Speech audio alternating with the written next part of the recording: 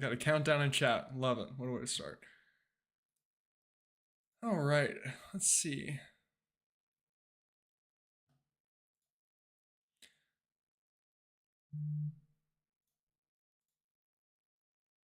All right, everybody. Hello. Welcome in. Good Wednesday evening, February 5th.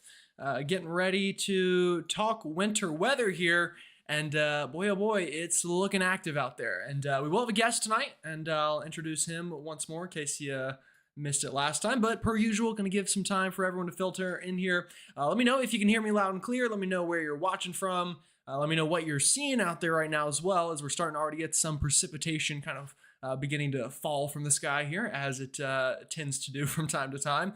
And go Birds for any Eagles fans in there. Super Bowl week, super excited. Got my Eagles gear on. I got Eagles socks on. So it's an exciting week for everybody. Snow, Super Bowl, and a whole bunch of everything else going on. We had Groundhog Day. Today's National Weather Person's Day. We really have quite the week ahead. So yeah. All right, let's see where we got some people watching from. We've got Southern Ohio, Michigan. We got Plymouth, Massachusetts, watching from New Jersey. Brian's watching from New Jersey. Love it. Watching from Philly, waiting for it. Bonnie says she can hear me loud and clear. Love to hear that. Richard in New Jersey. Got some folks watching from New York, Rhode Island, North Carolina.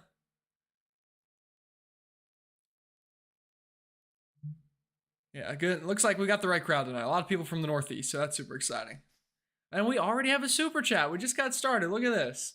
All right, let's see. Asphalt Fusion LLC says, love this weather channel. Great work, man. I appreciate that. That means a lot. And on National Weather Person's Day, so I can't think of a better day to do it. So thank you so much. Love that.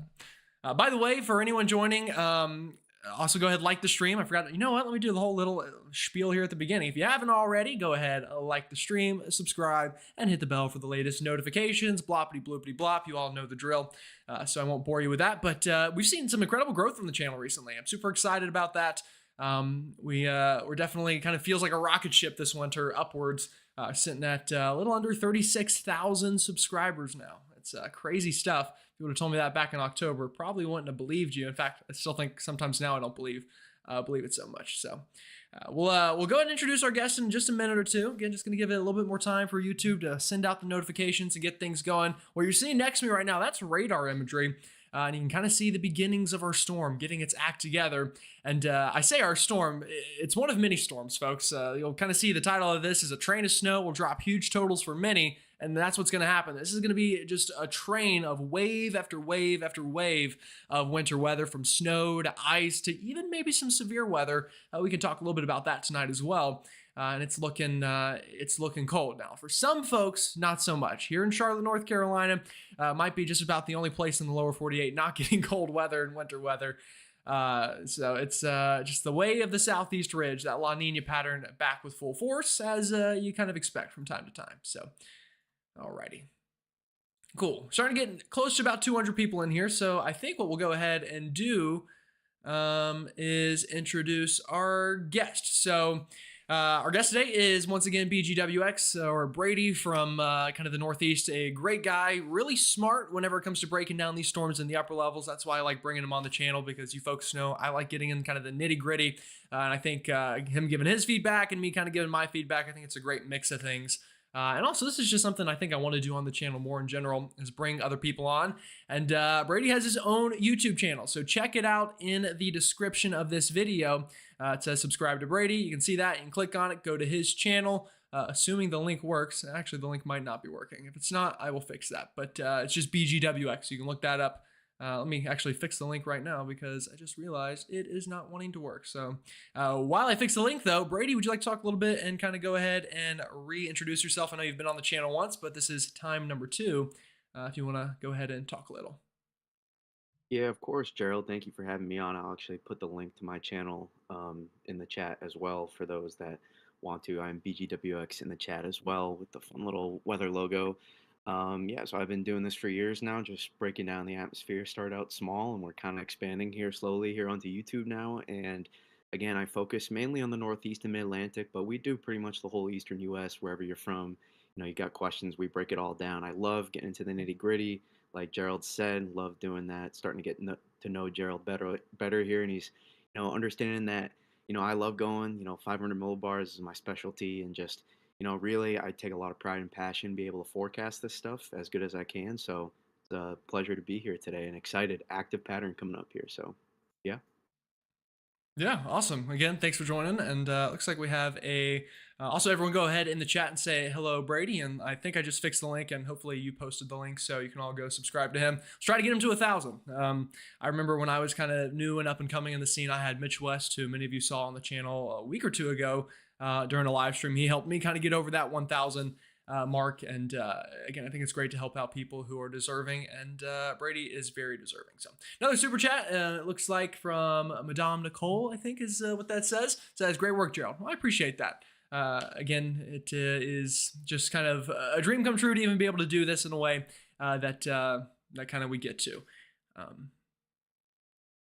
All right. Sorry. I'm also, by the way, my phone's blown up a little bit. It has been, I'll go ahead on a little personal tangent here, then I promise we'll get started. It has been a crazy week. I've had a lot of school stuff, a lot of assignments to do. I have a test on Friday, and then Super Bowl weekend. I've got to travel for that, not to the Super Bowl itself, but I'm going home to watch it with family. And then next week's crazy, and the week after that is crazy. So a little scattered brain.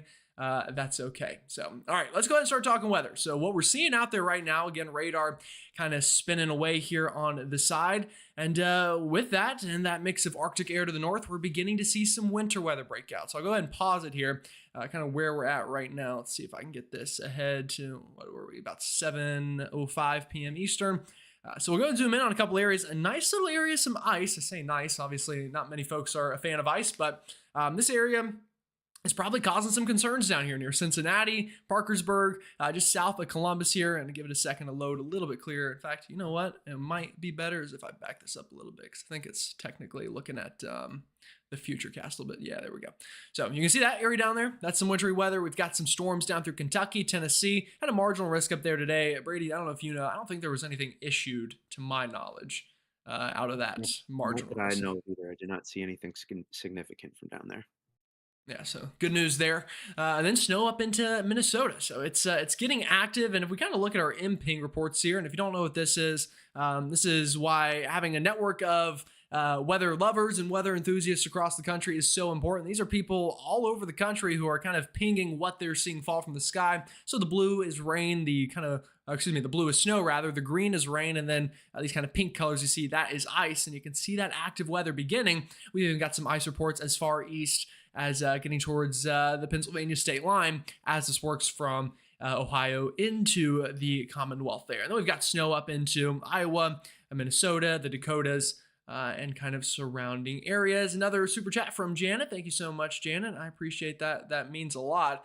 And by the way, not to self-promote myself or anything, but tomorrow is my birthday. So this will all go towards birthday money. So thank you, everybody. I appreciate that.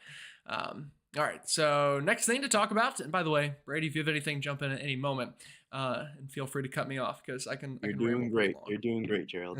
You're a goat. You're a goat, my man. I don't know about goat, but I appreciate it nonetheless. Okay, so what we're seeing here, these are our current alerts out there, and you notice some apps filling in. Now, all these pink boxes you see, these are winter weather advisories. So not winter storm warnings, winter weather advisories, and then you kind of see this area down here of some more, I guess, burgundy colors. Maybe not burgundy, it's, I don't know, more of a purplish color.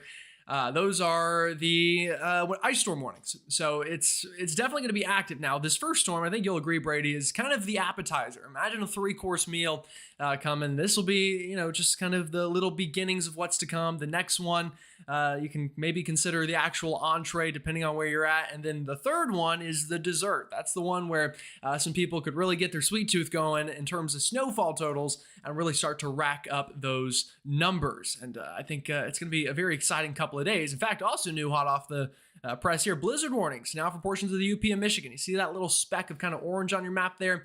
Yeah, that is Definitely kind of being induced by those stronger winds and some of that snow falling, and then even some winter weather advisories up into northern Minnesota, into North Dakota. And then we've got winter storm warnings out west. Another thing not being talked a lot about is that active weather out west, but we are seeing it. I'll tell you, folks, it's a lot more La Nina like now than maybe we have seen out west. One of the classes I'm in, and again, the lives are for kind of tangents, so I'll go on a tangent here, is called Climate Dynamics, and it basically studies, excuse me, not stutters, although I'm going to stutter all night probably, studies La Nina, El Nino, the PNA, the NAO, the AO, and I could go through a whole bunch of other acronyms.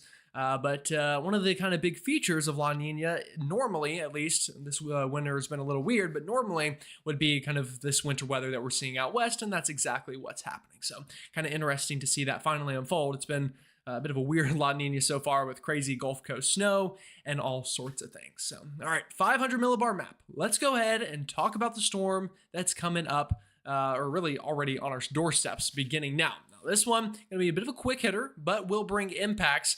And we'll kind of go ahead and show you this. This is our current 500 millibar vorticity map. Just to give you the setup, this isn't a well-defined, I guess, vortmax or anything like that. A lot of the times with storm systems, kind of, for example, the last big one, that Gulf Coast storm we had a pretty defined vortmax down here near Texas, and that kind of rode up the coast, and that's how we got all of the snow and all. This one's a little bit more messy, and that's why we're getting some ice, some rain, some snow, and kind of different areas of enhanced precipitation. Basically, we've got this big upper level low back towards Washington and the PNW, and the jet stream is just absolutely ripping it here over the Rockies and through California. And what's kind of happening here is little pieces of energy, if you will, are breaking off and getting out into the central part of the country. And you kind of just see this big, in general, area of enhanced vorticity or enhanced ascent or lift, whatever you want to call it. And the atmosphere is wanting to rise here, and that's creating some of that precipitation. And this will continue to work east into what is already a pretty February-like air mass over the Northeast. And you can see that here as we kind of go ahead into time, specifically right here. This is tomorrow morning, Thursday. You'll kind of see just kind of this strung out, messy area of vorticity. And that's why this is going to be kind of a quick hitting storm. It's not, again, a well-defined storm with pieces involved. Now, we do have a well-defined upper level low and a trough to the kind of, I guess, west here in the northwest. That will bring some higher end snowfall totals to northern Minnesota, into Wisconsin, the UP of Michigan. We are going to get a band of pretty good snow up there, I think. But more importantly, and I think Brady, you'll talk about this, is this is going to swing through the northeast after our current storm and lead to a lot more of kind of a wintry scene. I guess really bring the temperatures down is the bigger thing. And that'll set up the shop for the second storm. Also, Brady, I'm going to go ahead and make you a moderator. So at any moment, if I'm talking, you can fix anything if there happens to be problems in the chat. I got you. I got you. We're going good so far. Yeah. All right. So do you want to talk a little bit about the upper levels here and kind of what we're seeing out there with this storm? Yeah, of course. So Gerald, you got me for drawing too as well with this. Yeah, I got you. Yep, awesome. So, as Gerald alluded to, right, we're looking at 500 millibar vort here with this setup. Again, just a simple way to put it, it's just the upper level energy in the atmosphere. I know it looks hard to look at, and it's like, oh, there's too much going on. It's very simple. It's just the upper level energy for the storm, to put it simply. And this is moving through. So again, it's a progressive flow. So it's remember, it's coming across the west coast, and it's moving across the whole country, blazing fast across the country, and dropping down snow and ice across the Midwest. And now it comes into the Northeast for tomorrow morning's commute into the afternoon. And it's really the timing of this and the impacts as well. Because, as you can see here, this upper level energy moves through, but up, our main upper level low, our 500 energy vort max, is still lagging behind farther north. So that's what it's going to allow to happen, is that warm nose to kind of come through. A layer of warmer air just above the surface is going to be able to come on through, and that's why you're going to have such prolific, not crazy, but there's going to be a notable icing threat with this tomorrow as well, due to that. Just from the 500 millibar setup, remember you have that big ridge there over the southeastern United States, and that's driving up that warm, moist air up the country, right? You're getting a moisture source off the Gulf off the Gulf and then off the Atlantic as well, and that's going to come and meet that cold air in place. But again, above the surface, that warm air is still going to kind of be able to pursue and move further north in latitude, which is why it's not going to be a significant snowstorm. Even if it were all snow, it's moving so fast as well. That's going to make it hard for those totals to really accumulate for the first event and be very prolific. So that's kind of the general idea behind the setup and the timing of it too. It comes through the morning commute and then kind of ends for maybe a lot of people in the evening commute. And as Gerald perfectly brings that up on radar, perfectly kind of demonstrates here. As you can see, Gerald plays us through, get a little bit of an idea what's going on here. Again, you see a little bit of overrunning precip. So some may start as snow in the mid Atlantic, even too, and towards Pennsylvania and New Jersey a little bit, but very brief. You'll transition very, very quickly into sleet and then freezing rain. And then New York City could get a burst of snow for sure for maybe a few hours at max. But really, the focus of the significant accumulation totals will be Hudson Valley, New York, in New England, especially. And that's where more like 2 to 5 inches of snow is potentially possible with this system. A general 1 to 3, 2 to 5. Again, you'll get a quick thump, half inch to inch and a half per hour rates. And then from there, you'll then quickly switch to a freezing rain, sleet. And then after, you'll probably dry slot or rain a little bit. And that's it. And then the storm's, kind of over, and but it will make for a mess probably for kids getting out of school, for people coming home in the evening commute, especially in Boston. The evening commute, that will definitely be a tricky one for sure. Where now you have that layer of ice, right, Gerald? When that layer of ice gets on top of the snow, that's when things can really get tricky because it can be hard to see it. And also, sometimes if you do get the freezing rain, it starts piling up a couple hours after the storm moves through and it freezes. That can be tricky if you want to speak a little bit more on that. Yeah, and I think you also made a really good point about the timing here. That's the biggest problem I think with this storm. Not if this was an overnight storm and it was out of here by the morning and the sun was out, this probably wouldn't be that big of a deal for many folks. At least here in the areas that it's happening. But the problem with this storm is the timing. And here's 6 a.m. tomorrow. I mean, look at this mess in Pennsylvania, New Jersey, into even the Finger Lakes, and even as far south potentially as DC and Baltimore. Now, I'll say it's backed off a little bit for areas like that. It looks a little warmer, so you might be dealing with 33 in rain instead of 31 in freezing rain. But if you're in that ice, this is about the worst possible time for it to happen. This is 6 a.m., 7 a.m., and then by 8, 9 a.m., I think another good point also you made there, Brady, was the front end thumping. Does this thump on the front end with the snow in places like New York City? I think it will. And then that ice on the back end, that's the problem. You got snow at the very bottom, then you got a layer of likely some sleet, and then freezing rain on top of that. I mean, that's a crunchy, icy mess, and that's a problem for driving on the roads. If you're somebody that walks around, walking on the sidewalks in places like New York City, where maybe that's a little more common. Yeah, it's going to be a big problem tomorrow. Now, obviously, the saving grace here is the fact that it is such a quick moving system. Let's pick a city, Philadelphia, for example. Let's say this starts at 3, 4 a.m., it's gone by, noon, 11 a.m., even 10 a.m. So it's only a couple of hours, but that's enough time with heavy enough rates that this is going to cause more than enough travel concerns. And I don't want that to catch you off guard here. I don't want you to kind of forget that it's coming. And I know everyone's kind of focusing on the weekend storm and the early next week storm, but this one will be just as impactful. Another thing I want to talk about, in case we have anyone watching there, like I said, I think up towards Minnesota, northern Wisconsin, it's going to be a mainly snow event. You get towards Michigan, that's another state to watch here. The southern half from kind of Detroit back down towards Chicago and kind of into northern Indiana there. This could be a real icing concern. Another area we're concerned about big ice is where we had those ice storm warnings from the Alleghenies back down towards Snowshoe, West Virginia. Yeah, it could be a real mess, I think, during the overnight tonight and into tomorrow. And like you mentioned, Brady, for your folks up into New England and to Boston, looks like an all snow event, and it could be long enough that it kind of dumps pretty good here for a little bit. Now you kind of see that warm nose at the end.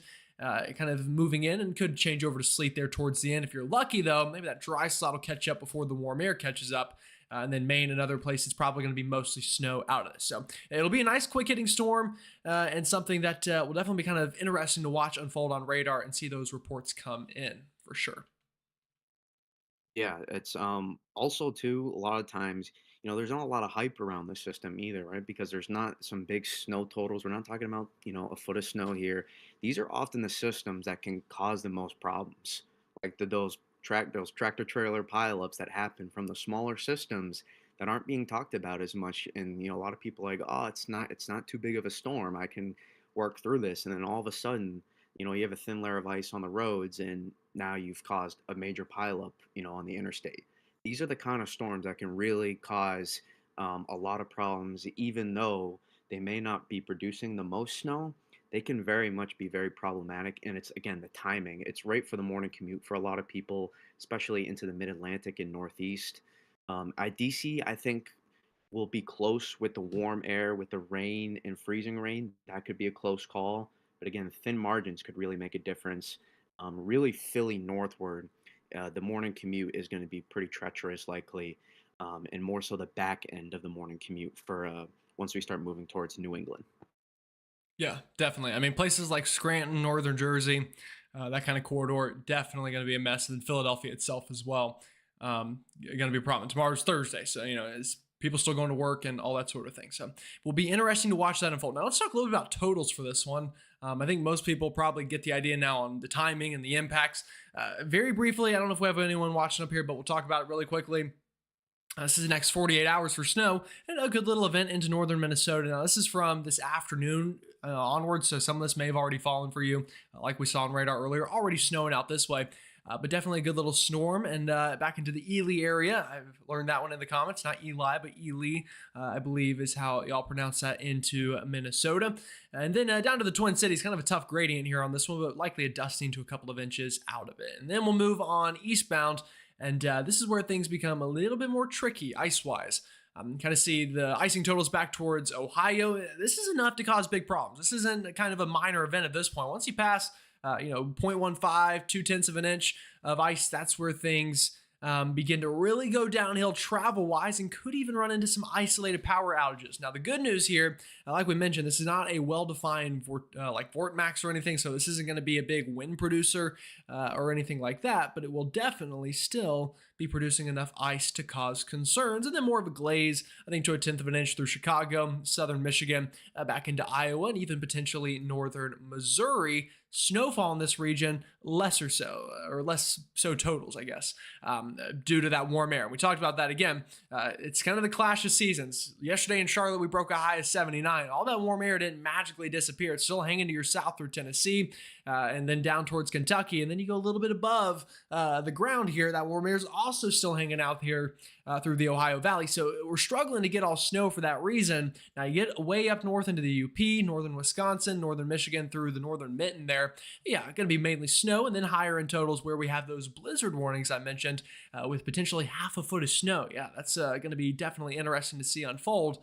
Through portions of Michigan. Now, where most of you are probably watching a little bit further eastbound here, let's talk about that ice in the Alleghenies. Yeah, ice storm warning. Here's why. The latest high resolution rapid refresh model going for potentially half an inch of ice in places. And that kind of backs up even what the NWS is going for. Now, I want you to notice in Virginia, see how it's kind of a line here of ice, nothing, a line of ice, nothing, a line of ice. This is due to that tough forecast with the temperatures. Higher terrain is going to be colder than the lower terrains. And now I will also mention a little bit of cold air damming. Those eastern facing slopes could get in on the action a little bit more than those western facing slopes. In fact, if you were looking earlier at our watches, warnings, and advisory map, we have flood watches actually here into this circled area of Kentucky and West Virginia, and then ice storm warnings right next to it. So obviously that means we're going to have a lot of precip around. If you have the cold air as well, yeah, half an inch of ice, that's impossible travel. That's power outage problems and just overall an absolute mess through that region. And then you'll notice some lower end totals back up towards Philadelphia, northern New Jersey here on the ice. It's going to be a fine line here. I think there's a very real possibility, and Brady, tell me what you think. Somewhere here in northern New Jersey, New York City, up towards Scranton, the lower Hudson River Valley there, you could get lucky enough that you start as all snow and then hopefully for your sake, the dry air kind of catches up to the warm nose and it could be a mainly snow event like this model shows. What's your thoughts on that? Yeah, and the progressive nature of the system and the fact that we're not wrapping in tons of moisture into the system because of the flatter flow, more of a zonal flow with this, especially, and we're not seeing that upper level low intensify and consolidate. And so when we see that upper level energy consolidate, oftentimes that means we're really wrapping that moisture into that cold air. And here with such a prevalent warm nose, we're not going to see that to the extent with so much moisture. So that could be, the saving grace potentially for some of the freezing rain and ice threat. But that doesn't mean it doesn't necessarily also take away how dangerous the threat could be at the same time, because all it takes is one pileup for it's like, oh, again, it happens. So it's really recommended, try to be safe. And another tip too for those, if you do have to drive in this, I found putting as the least amount of pressure you can on the brake and the gas. Try not to accelerate too fast. Try to get slow acceleration, slow deceleration, and if you can, slow yourself down on turns to the point where you do not have to press down on the gas or the brake too much, and you can kind of take your foot off the pedals when you're maneuvering those turns. So, little travel safety tip. More than I'm just a little bit more than meteorology knowledge I have as well. Just a couple things that could help you all if you do have to be in these conditions tomorrow. Yeah, definitely. And those of you that don't know Brady very well, and I'm just now really getting to know him a little bit better. He's one heck of a snow squall. Kind of lake effect snow chaser. So he's the guy to go to for any winter weather advice. And I can even tell you, as somebody who's driving in Myrtle Beach in the snow 2 weeks ago now, yeah, the key is just take it slow. And just go ahead, brake early, brake lightly, and brake often. Okay, don't slam on the brakes, but you're gonna have to ease into it and just start hitting the brake pedal a lot sooner than you normally would. Do want to mention we have a super chat from Justin Kirkpatrick. Says, "Happy birthday! Thank you for all you do. I prefer watching your forecast over my local. I'm watching from South Shore, Massachusetts. Massachusetts, excuse me. Brockton. Are you familiar with that area, Brady? You know where he's talking about?" Oh yeah, Brockton, southeastern Massachusetts. Shout out Brockton. Been there many times. Yeah, awesome. Can't say I have, but I will say I definitely want to visit kind of the Boston area at some point. I think that would be a lot of fun. But thank you a lot, Justin. Appreciate that. Means the world. So awesome. It's All right, where were we? Yeah, beautiful up talking here, about Gerald. ice. You got to come up here during a Yeah, big blizzard. You got to come up. potentially. I think it might have paused. It might re up in a second. Let's see. All right, everyone. Let me know. I think the stream might have cut out for a second there. Let me know.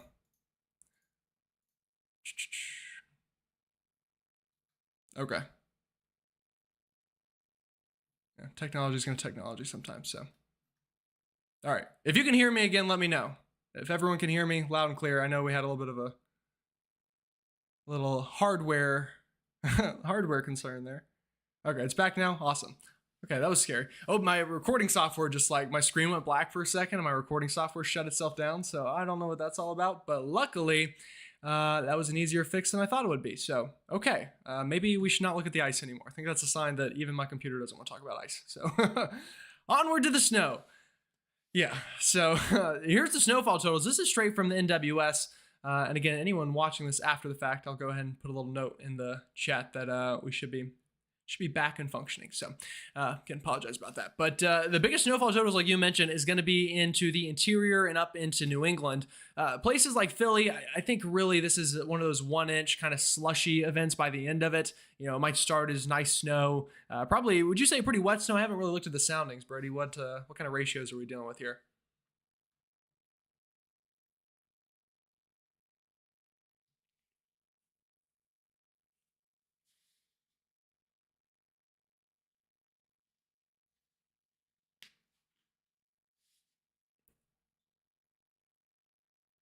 Gotcha. Kevin S says, "Talk about ice. Your stream froze. LOL." That is funny, Kevin. That I gotta write that down. That's funny. That's yeah. Okay. It's true. It's true. All right. So snow. Sorry, I'm still laughing at that. Kevin, you win a medal from me for funniest joke of the day. Um, all right, so talking about these totals a little bit more. So, do you want to go? I'll let you talk first about the totals, and I'll kind of piggyback off of what you're saying if you want to dive into some areas here.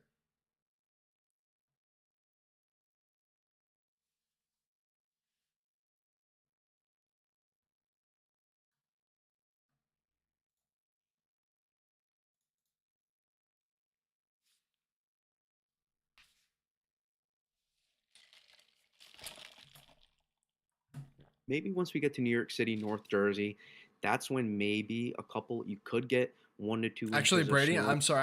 I'm gonna pause you right here. I just realized I had you muted. So if you want to start that over, I guess when the software reset, it muted you. So sorry about that, everybody. Now you're gonna be able to hear Brady. By the way, go ahead and subscribe to his channel since I just made him talk for no reason.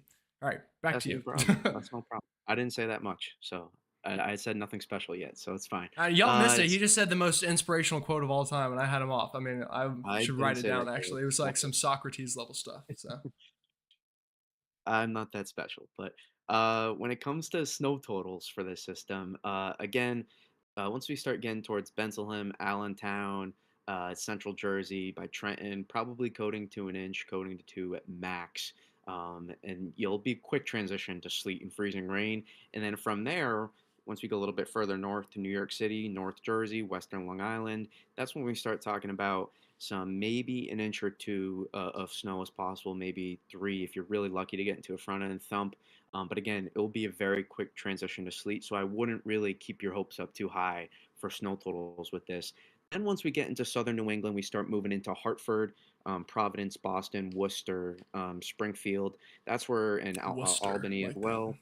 That's where 2 to 5 inches of snow is more likely with this system. And then Maine more so when we start moving to central New England and we start moving in towards Maine as well. That's where maybe 3 to 6 inches of snow is more likely with this system. So again, it's not necessarily the snow totals that are alone with this system. It's the combination of snow, sleet, and freezing rain is what brings kind of a concern with this system. So again, no crazy snow totals, but again, for people that are excited to see some snow, this can help.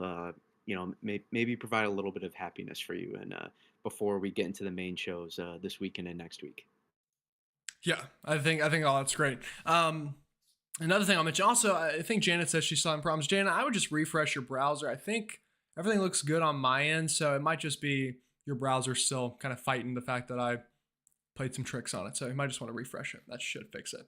Um, so yeah, another thing to mention here, I think along this warm front, and kind of you can see it from the NWS here, I think we're gonna have a region of some higher end totals there into Massachusetts, southern Vermont, southern New Hampshire, with that warm advection kind of working in overdrive. Even though it will be a short-lived event, it could be kind of puking snow, as I like to say, for a little bit there. What are your thoughts on that, Brady? Yeah, there's definitely the opportunity. Um, the only concern is there is a lack of organization still at the mid levels for potentially significant, front end thump, those 2+ inch per hour rates, but certainly some inch per hour rates are definitely possible to provide some, moderate to heavy snow totals. It will be moderate to heavy snow before you transition, so definitely will be lowered visibilities, impacts on the roads as well, because it's not going to be a super wet snow. So it will be able to, accumulate on roadways as well, because, it'll pack a punch. It's not going to be a light snow. It'll definitely be a moderate to heavy snow that will cause some impacts for sure. Yeah. All right, awesome. Well, let's move to the next storm because I think people kind of get the point on that one. And yeah, so let's start per usual. Y'all know the drill, and kind of this is the way I do things on the channel. I'm going to drag Brady into it. I like starting with kind of the upper level, the meteorology, getting into the nitty gritty. Then we'll look at the surface. Then we'll end by looking at some potential snowfall amounts and ice amounts. Also, super chat from Dylan Hall says, "Thank you for all your hard work. Watching from Henderson, New York. Definitely should check out the Tug Hill region sometime." Oh yeah, that's what we were talking about. I'm gonna go back to that really quickly before we talk about this because we were talking about visiting. Maybe my computer was telling me it doesn't want me to go to Massachusetts. I don't know. You started talking about that, and then it said, "Nope, not today." But yeah, I would love to visit New England at some point. I think it would be a lot of fun. In fact, I'm looking at spring break, and I don't know where I'm going to go exactly because I want to go somewhere for spring break. And I was thinking about going to New York City. I've never actually been to New York. I think that's kind of a fun like college thing to do. So maybe I'll give I've that been to the New York old City college many try. times. It's awesome. It's awesome. I love the big Yeah, city. And shout out Dylan as well. I believe he comes in. I interact with him a lot on X. So shout out Dylan for the super chat. yeah. Thanks, Dylan. We appreciate that. Um, Yeah, so we'll see. Definitely growing up in the Carolinas, I think going to a place like New York City would feel very different and be pretty fun. So we'll definitely have to look into that. All right.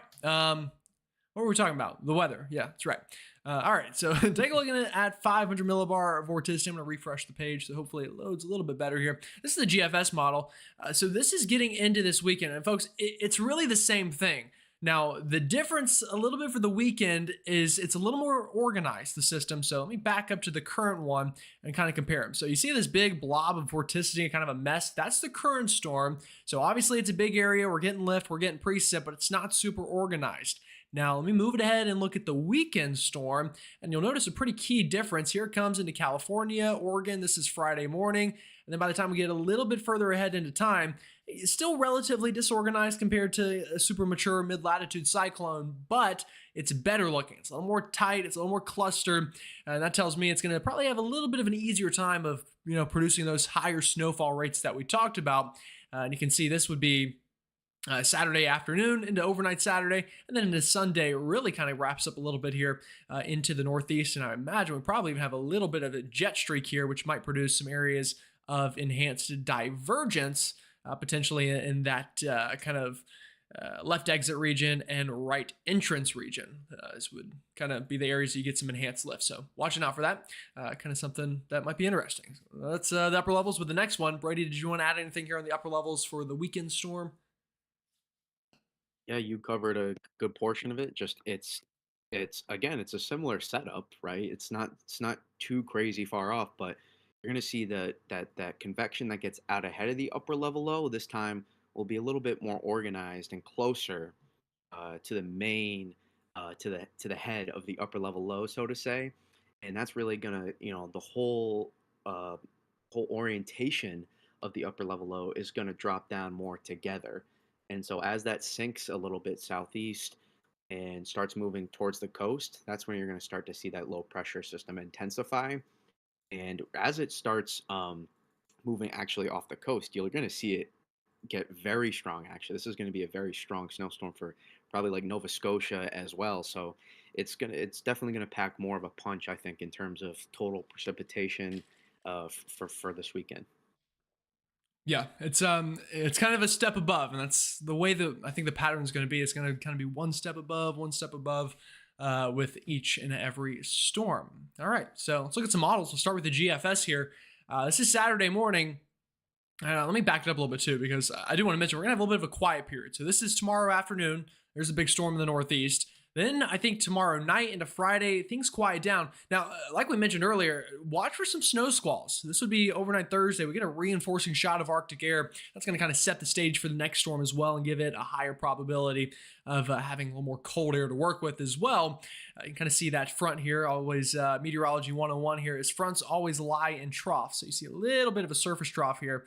And really, I know we've got some snow ahead of it, so it's kind of a tough one to pick out here. But we've got a front in here of Arctic air working through. That could kick up some snow and some lake effect for the lakes that are not completely frozen over yet. I think Erie is about frozen over. Ontario might not quite be there, or maybe it's the other way around. I don't quite remember at this point. I should probably check the data there, but watching for that. And then Friday afternoon, again, some light lake effect in here, maybe some showers into the south. And then this is the stage gets set here for the next big storm. Here's Saturday morning. That's snow beginning to kind of start working into portions of Minnesota, the Dakotas, Wisconsin, and then back down towards the Ohio Valley, seeing that rain. And notice a key difference this time compared to the last storm. We start to get a more pronounced surface low pressure. For the last one, kind of a mess. We've just got an area of disorganized weather. This is still disorganized relatively, but compared to the last one, a little tighter and a much more well-defined center circulation. And that helps us kind of forecast where we could actually see the heaviest banding of snow. You can see that begin to strengthen a little bit. This would be by Saturday evening, a nice band of snow through Michigan, really much of the kind of mitten here into Detroit.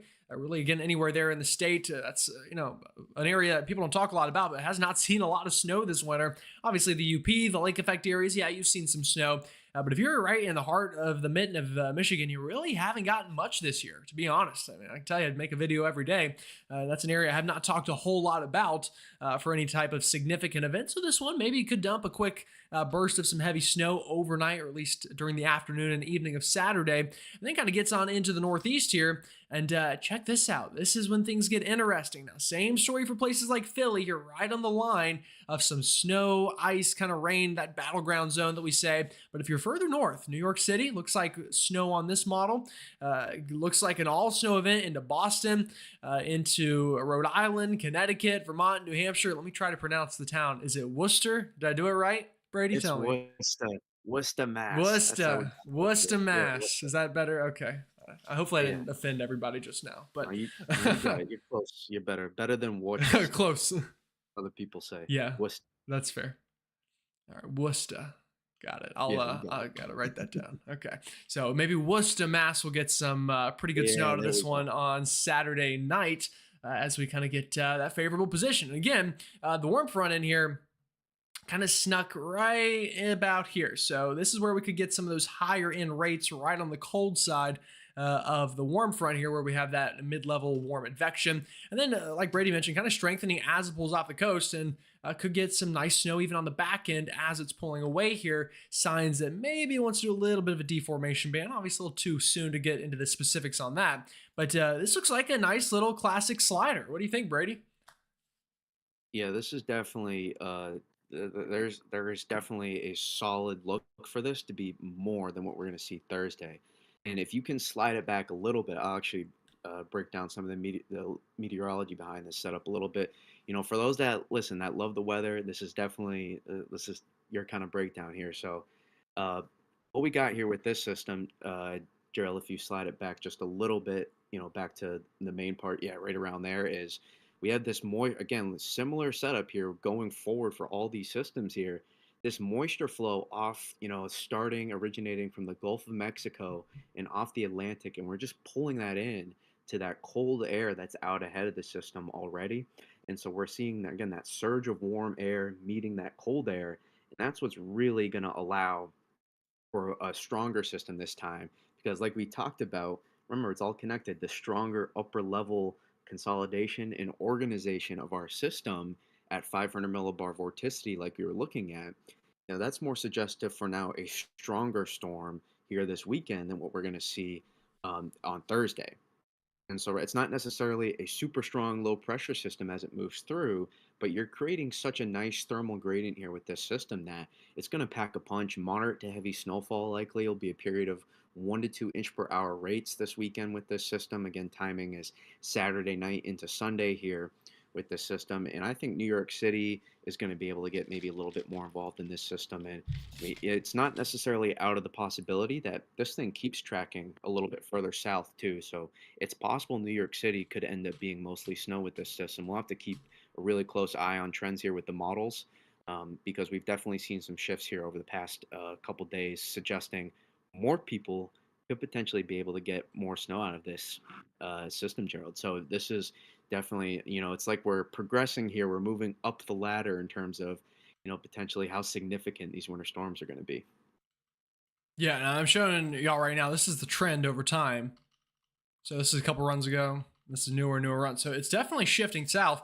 And everyone go ahead and give a round of applause to the GFS model, because right now it looks like it might actually win this one. Let's do the same thing with the European and look at kind of the trends. And here's a little spoiler on what the European looks like. And let's back that up a couple runs, even further back into time on the Euro. Yeah, check Yeah, out the trend on the Euro. I mean, yeah, that it's really come warmness back there. towards the Yeah. GFS.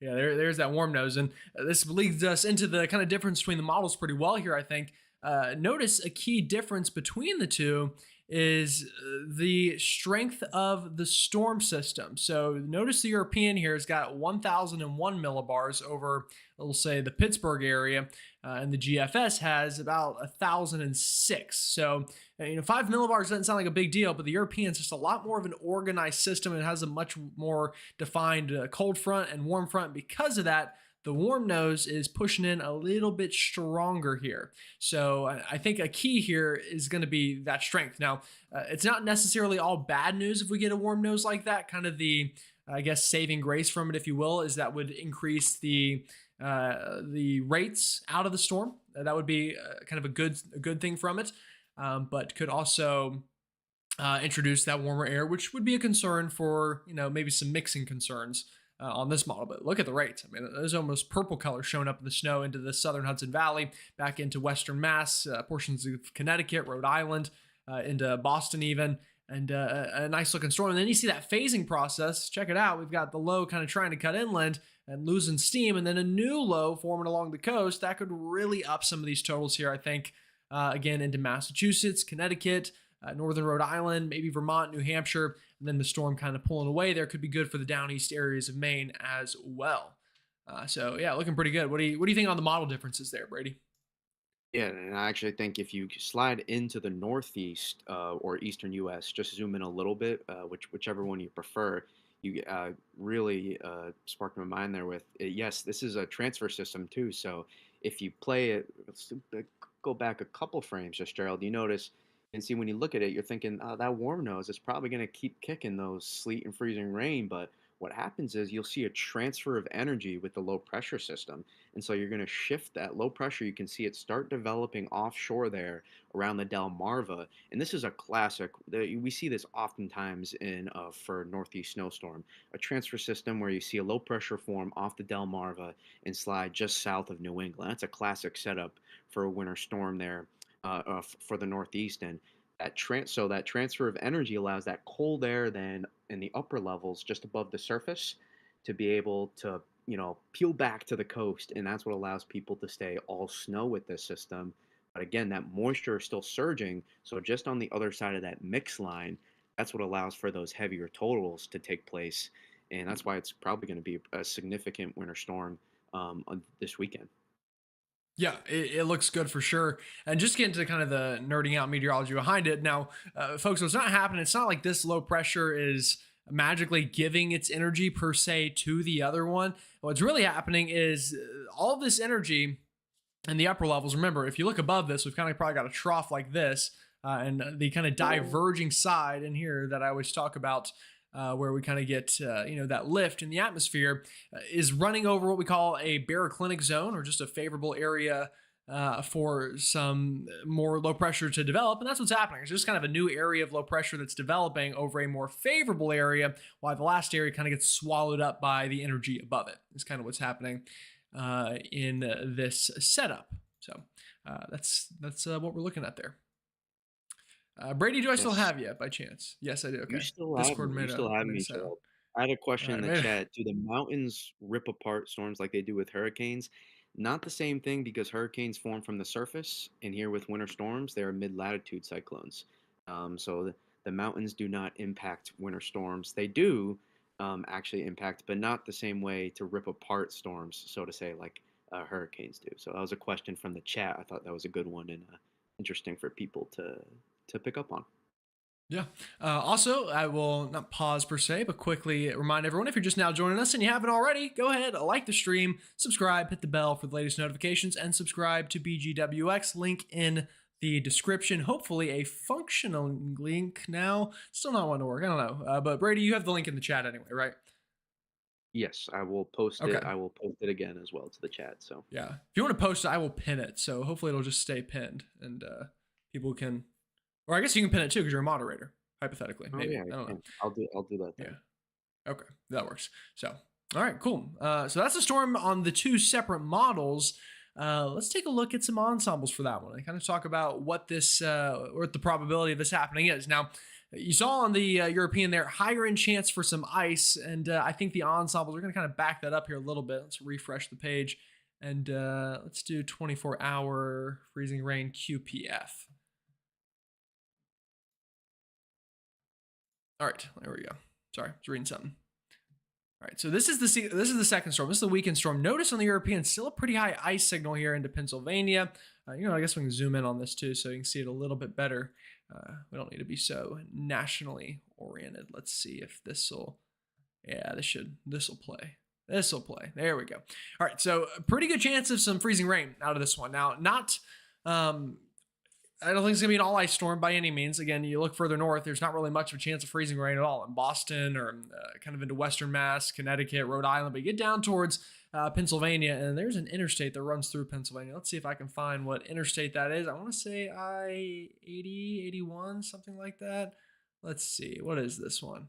76 and 81. Yeah, it's 81 and 76, but really I think it's 76. So the Interstate 76 corridor in here, there could be some icing concerns there from Philly, State College, Harrisburg, maybe as far as Pittsburgh, but probably really the first three cities I mentioned, and maybe even Baltimore, DC. Now, I think down here you might be a little bit too warm. Again, the storm, the warm nose, it's going to be a little more vigorous with this being a stronger low pressure. It's going to be advecting that warm air a little bit further north. So it might run into, or not run into, but kind of get lucky here and miss out on the ice. But then you see kind of that icy battleground zone. And that leads us into the places that are most likely to see snow out of this. And with that said, let's also, again, go ahead and zoom in to the northeast here.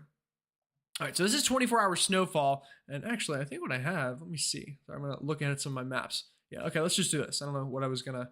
Oh, I know what I was going to do. Yeah, okay. Let me put it back on this. Sorry, I'm getting scattered-brained here. I did want to mention, outside of the Northeast, we could get snow in other places from the storm. This is the latest European. It shows a swath of snow from even the Twin Cities back into Wisconsin, Michigan. Again, we talked about those areas. A good swath of snow here. This will not be just a Northeast event. I know most of you watching from the Northeast, so we're kind of gearing this more in that direction. But if you're watching in these other states, yeah, you're going to get some pretty good snow out of this one as well. Now let's kind of zoom in a little bit more to the Northeast specifically and check out some models. Now this is the GFS for the second storm. This is just the operational run, not ensemble, so take it with a grain of salt. But I think it shows that potential swath of big snow pretty well for really the entire state of New York outside of New York City. So kind of the upstate here into northern Connecticut, Rhode Island, really the entire state just about in Massachusetts, just about, I don't know what I'm even saying. The entire state of Massachusetts, just about outside of the Cape is what I was trying to say there. Looking like a good swath here of potentially half a foot plus of snow. Same story for southern Vermont, southern New Hampshire, and then areas of southern Maine on the GFS. Now taking a look at the European, and I think this is the 18Z now, I believe we have. Let's see. Initialized, this is 12Z. So you know what? We can update it and it might be new. Let's see. Yeah, 18Z. So this is the latest Euro, hot off the press, just happened. I mean, folks, look at the similarity. European, GFS. European, GFS. I mean, that's pretty incredible agreement, Brady. Don't you agree? Yeah, we have solid agreement right now for the general idea. I'm not gonna lie, there is a little bit of concern maybe for some more southern shifts with this. And one of our AI models, the Euro AI, is kind of hinting at that potentially. So it'll be interesting performance to kind of compare the operationals to our AI models here. But there is some, I think, some wiggle room potentially for this to come a little bit further south with some of these snowfall totals. But certainly the focus right now, I would have to say, is southern New England with this system for sure, and into upstate New York for some of the highest snowfall totals, and then central New England is could end up being a pretty close call potentially down the line, but we'll see how this turns out. It's looking more favorable though for I-95 southern New England and even into New York City potentially in terms of potential snowfall. We had a question in a chat in terms of totals, and so we're kind of showing this now. General idea again for Eastern, for I-95 Massachusetts Eastern Mass would be general 4 to 8, 5 to 10 is kind of would be a general idea, as you can see here. And then as we move a little bit further west, a general idea of 5 to 10. The idea for 6+ inches of snow this weekend is very much on the table, as Gerald and I are alluding to here. Very much on the table. So whoever is going to stay all snow, 6+ inches of snow is definitely on the table, and you can't rule out maybe some isolated double digits for this weekend as well. And again, that focus I would say has to be on southern New England into New York right now as well. Yeah. So do you want to talk a little bit about what's driving that shift south while I kind of type something up here? Yeah, if you pull up, just pull up 500 millibar Vort again, if you don't mind. Uh, we can talk about why you might be seeing some shifts here with the overall setup. If slide a little bit to Let me get to the. yeah. Yeah, right about there. Are you capable of drawing on it while I talk or no? Yeah, that's fine. Okay. So with this system, again, we have high pressure. We have this dominating Canadian high pressure to the north. So that's why all these systems are being driven kind of in a more progressive, west to east versus, riding up the coast, so to say, currently right now in terms of the upper level orientation of our storms here. And so if you notice, there is that, that upper level energy up there in northern Canada. We're starting to see that press more now on some of these model runs up there, well north of Maine up there. At the top right corner of your screen, you can see there that lobe of upper level energy that's starting to press more on our system, and we're starting to see our system kind of get out ahead more as well. So we're seeing a little bit faster, more progressive nature, and what that's going to prevent is that initial low pressure system from being able to drive so far northward.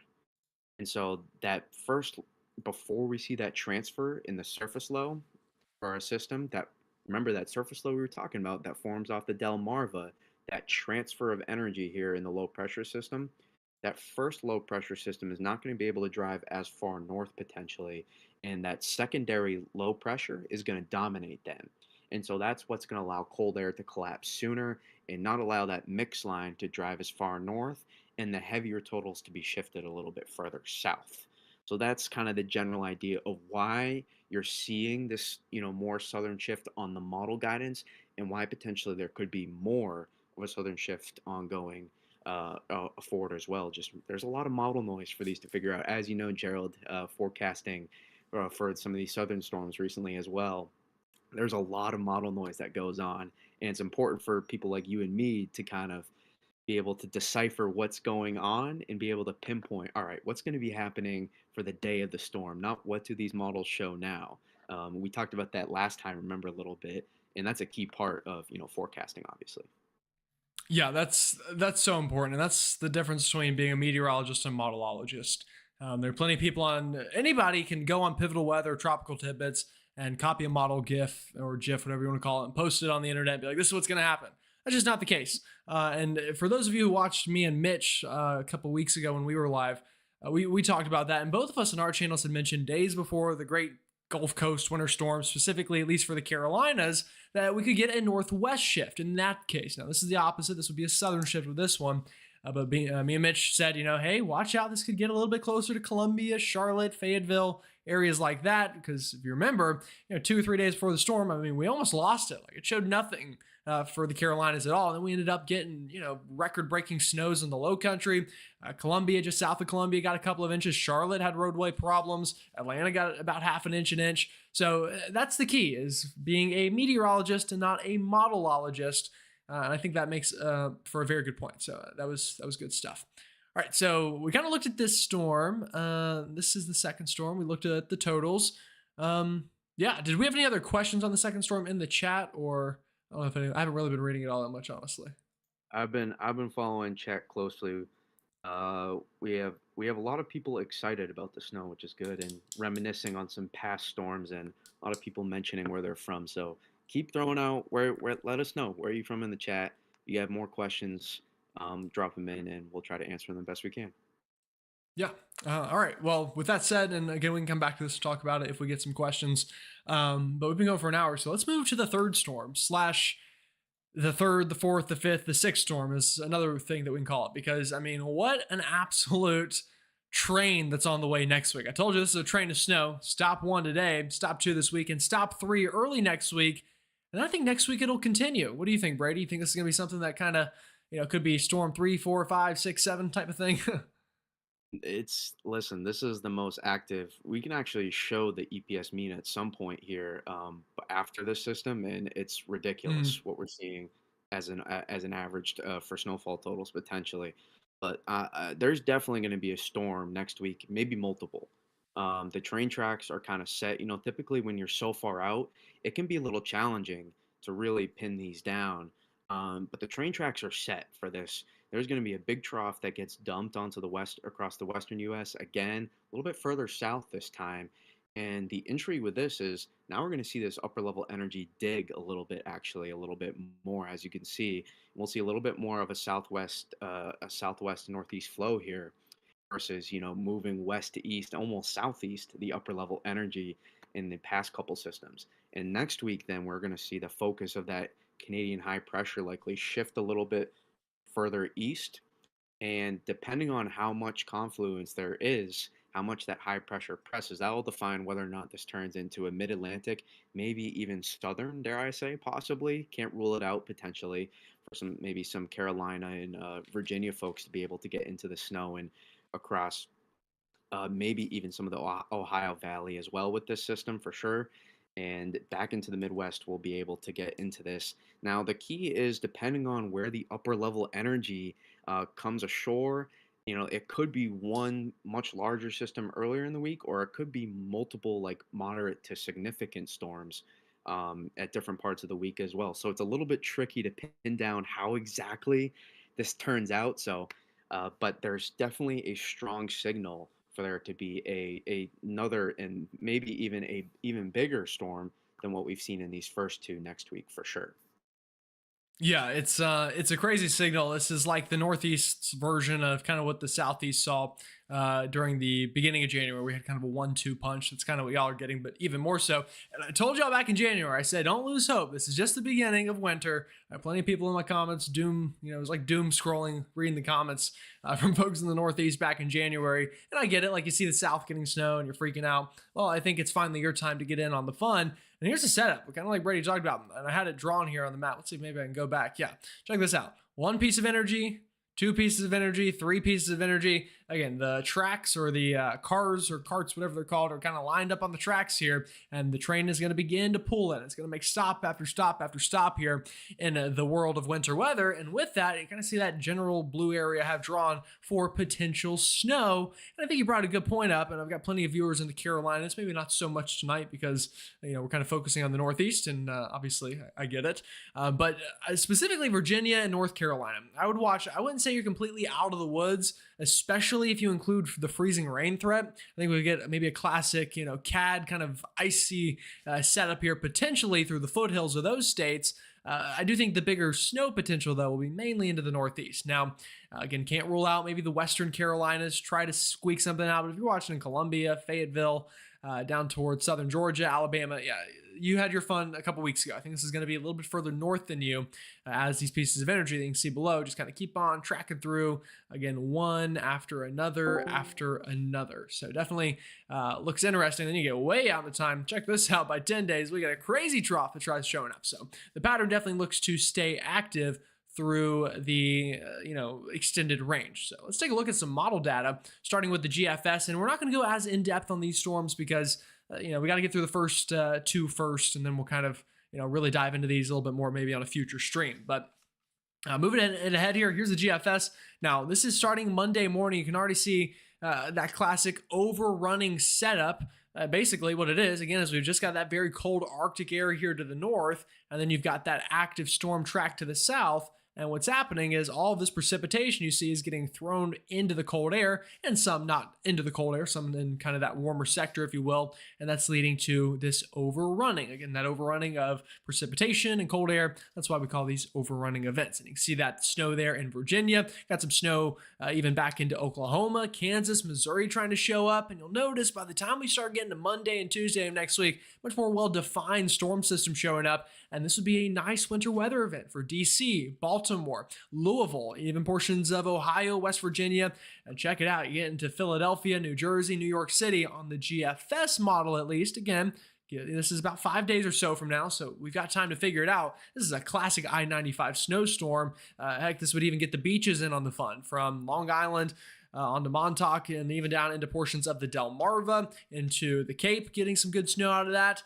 And check it out, that's just round one. Then we get another round after that, granted maybe a little smaller, but still a round of winter weather. Then you thought that was fun. Check this out, another round next week. So we talk about three storms: the one now, the one this weekend, and then that Monday, Tuesday next week time frame. Then maybe 4 or 5, and who knows, maybe even 6 by the time we get through the middle and kind of into the second half of February. This one here, this would be Valentine's Day, maybe some Valentine's Day snow to kind of romanticize the mood a little bit for all of you snow lovers. Now that's the GFS. Let's take a look at the European as well and kind of get an idea of what that one looks like.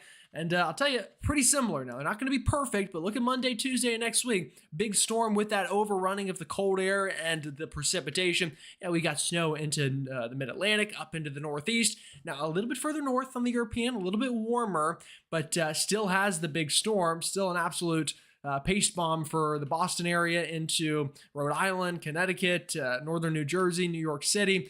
And then later next week, a couple more waves of winter weather try to roll on through. And by the later half, again, kind of near that Valentine's Day timeframe, a more pronounced storm system on the European. So, Brady, would you like to just kind of comment on that in general, what we just looked at and kind of the craziness of it all?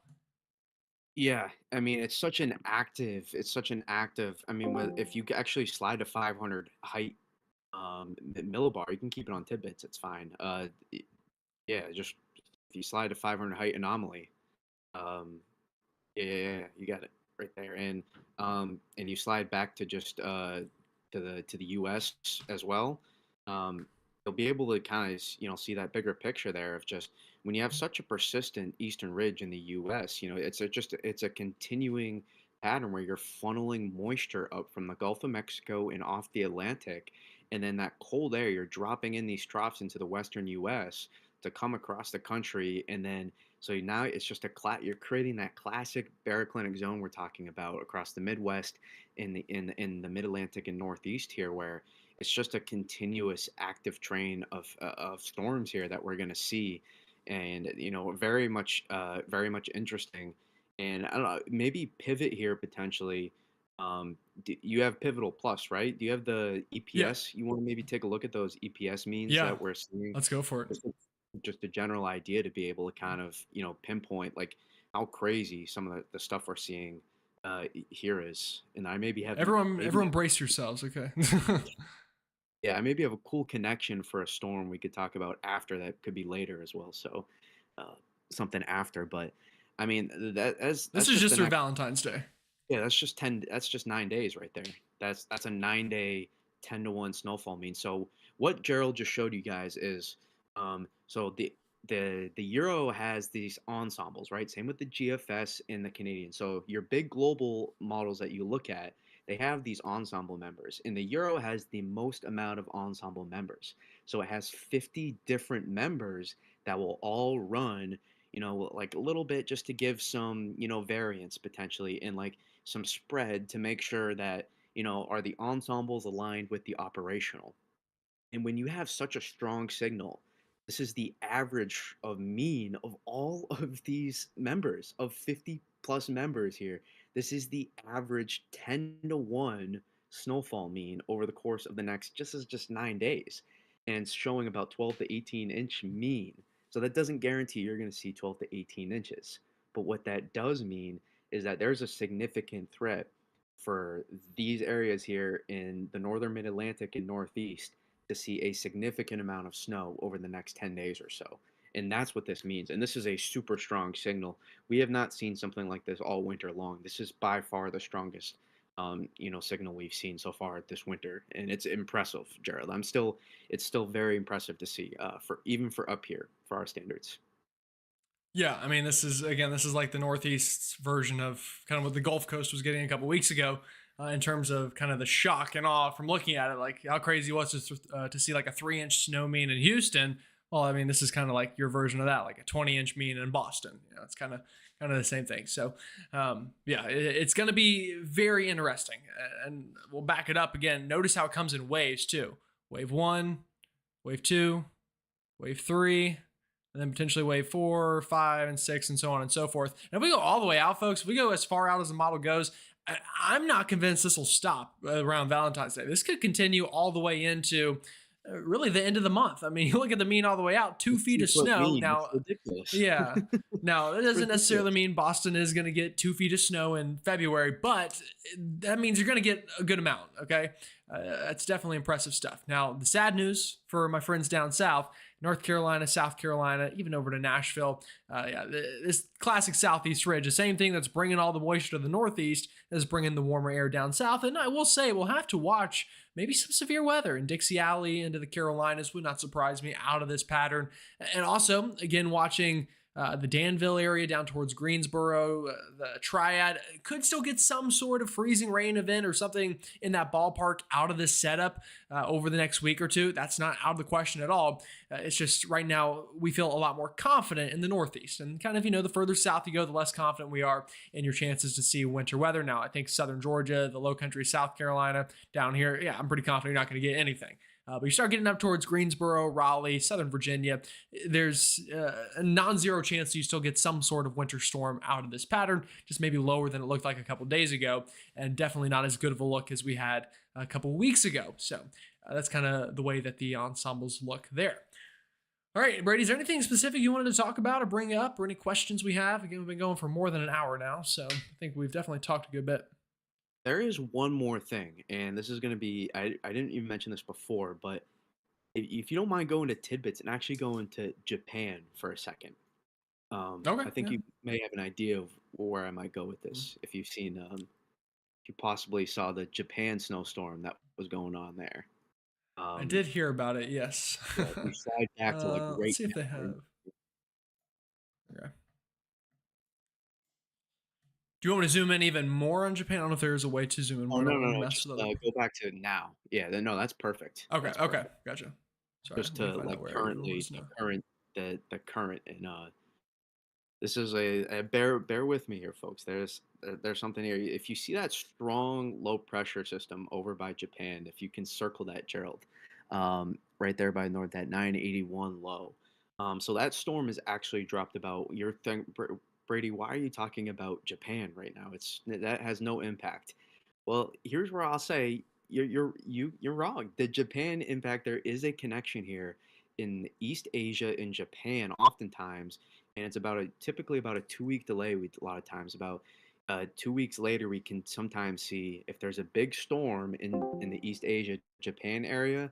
Oftentimes there is a connection with, because remember in the northeastern U.S. we are an exit latitude region where storms are exiting out of our region, and there oftentimes tends to be a connection here in East Asia and Japan. So I would keep an eye here down in the like that 10 to 15-day range kind of from now, that there could potentially be a significant storm, like a very strong low pressure system that could impact the mid-Atlantic Northeast down the time here. So kind of plant that seed potentially for a significant storm. I could not tell you where exactly and how much, but just a general idea of maybe kind of a cool connection. Trying to use some of my meteorology knowledge there for good, at least, hopefully. Yeah, that's good stuff, and that's what we call a teleconnection in meteorology. It means something that happens in one place could downstream have some sort of impact. So that's I would have never thought of that. So that's very interesting. I know you said Japan. I was like Japan. Okay, I know that they got a Yeah. snowstorm, but I didn't even think of that. So that's good stuff. All right, well, awesome. Were there any questions you saw specifically that you wanted to answer, or Yeah, there's definitely some great time right now if you have questions. Saw something in Rochester, New York, upstate New York. Rochester, New York is definitely at play to get some snow in this pattern. I don't see an all-out blizzard. So for we often get the blizzard question a lot of times, Gerald. A blizzard, yes, we do. there's not currently forecasted to be an all-out blizzard and at any time upcoming here. We did have some Midwest questions as well. I saw Iowa, I saw Indiana. If you maybe you can kind of talk about their potential with this pattern a little bit upcoming here, Gerald, just Yeah, so briefly. same thing with the mean here that we looked at for the Northeast. Let's go out 10 days or so. Obviously, you see the big totals are out here again towards Massachusetts, Connecticut, Rhode Island, but you look at Minnesota, Wisconsin, Michigan, I mean, still pretty good totals. And I even think down into the Ohio River Valley, Ohio, Indiana, Illinois, St. Louis, maybe Kansas City could get some snow out of this pattern. Now, I don't think you're going to get 2 feet or anything like maybe some folks in the Northeast have a shot at, but the track is far enough south that you could still get some snow. And if we'll even go back really quickly and show you kind of the model runs for this second storm, or the third storm rather, the early next week storm. Look at how it originates back here into Kansas, Missouri, get some snow there, get snow into the Ohio Valley. That kind of works through. And then the weekend storm this weekend, let's back it up. That gets snow into Minnesota, Michigan, Wisconsin. So I think everyone in the East outside of the immediate Southeast probably gets at least something out of this. Now, again, higher totals in the Northeast compared to other places, but a pretty favorable pattern for really anyone east of the Rockies outside of this little area I'm about to circle. If you're in this kind of circled area, this is not really your pattern.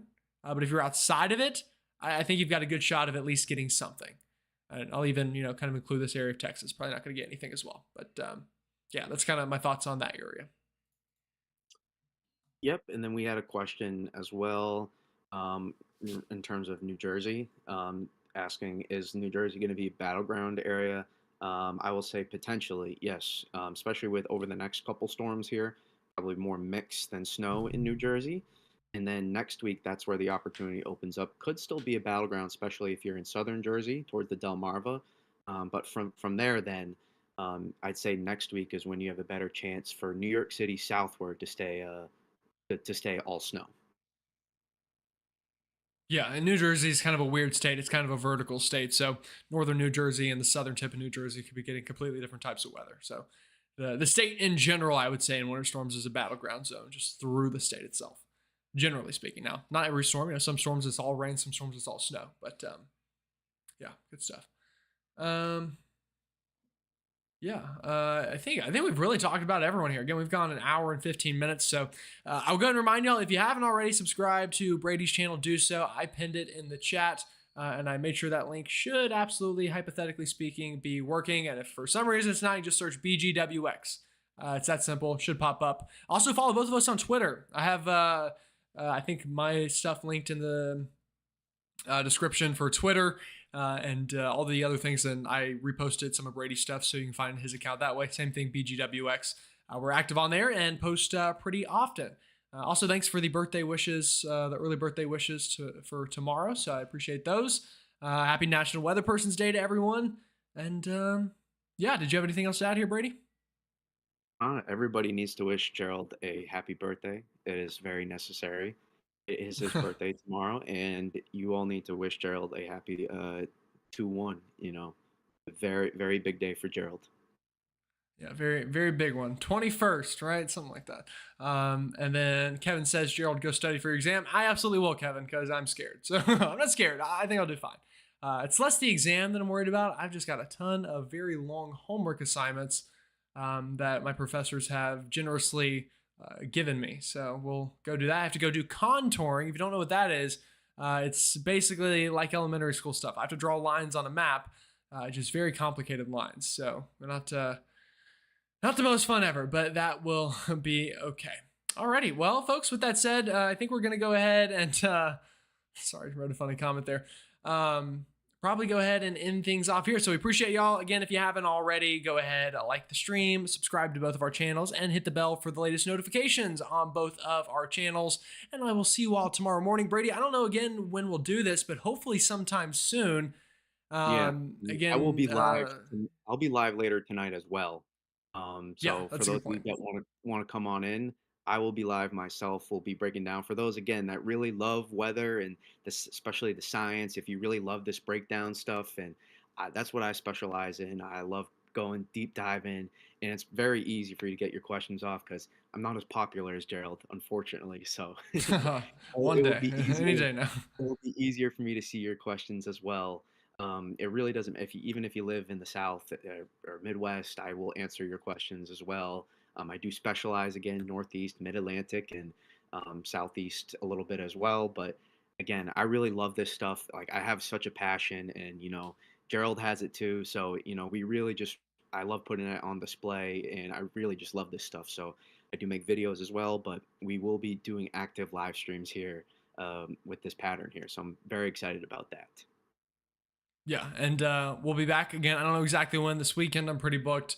I got a lot of homework right now, so it might not be again until next week, but next week looks very exciting anyway, so I'm sure that won't be a big problem. All right, folks, y'all have a great one. Have a great night. Stay safe, stay warm, and you'll see Brady tonight, and you'll see me tomorrow morning with a video update. See y'all then.